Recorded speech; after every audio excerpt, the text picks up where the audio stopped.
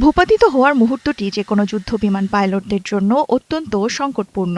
কয়েক সেকেন্ডের মধ্যেই তাকে নিতে হয় গুরুত্বপূর্ণ সিদ্ধান্ত। কিভাবে বাঁচবেন আর কিভাবেই বা নিজেকে শত্রুর হাত থেকে রক্ষা করবেন। ইরানের দক্ষিণ পশ্চিমাঞ্চলে একটি মার্কিন যুদ্ধবিমান ভূপাতিত হওয়ার ঘটনাকে ঘিরে সামনে এসেছে এই প্রশ্ন।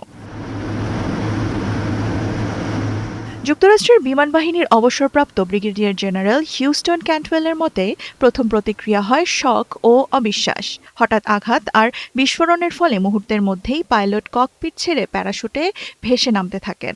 আর এই সময় থেকেই তার প্রশিক্ষণ কাজ করতে শুরু করে। প্যারাশুটে নামার সময় পাইলট চারপাশ পর্যবেক্ষণ করেন। কোথায় অবতরণ করছেন, কোথায় লুকানো যাবে, কোন এলাকা এড়িয়ে চলতে হবে, এসব বিষয়ে দ্রুত ধারণা নেন। অন্যদিকে অবতরণের সময় আঘাত পাওয়ার ঝুঁকি বেশি থাকে। তাই মাটিতে নামার পর প্রথম কাজ হয় নিজের শারীরিক অবস্থা যাচাই করা। এরপর শুরু হয় পরিস্থিতি মূল্যায়ন। তিনি শত্রু এলাকায় আছেন কিনা, কোথায় নিরাপদ আশ্রয় পাওয়া যেতে পারে, কিভাবে উদ্ধার বাহিনীর সঙ্গে যোগাযোগ করা সম্ভব, এসব সিদ্ধান্ত নিতে হয় দ্রুত।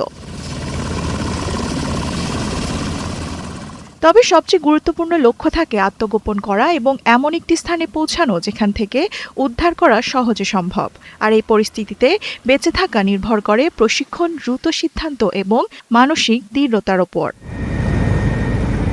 দেওয়ান মুবাশশিরা হোসেন, ৭১।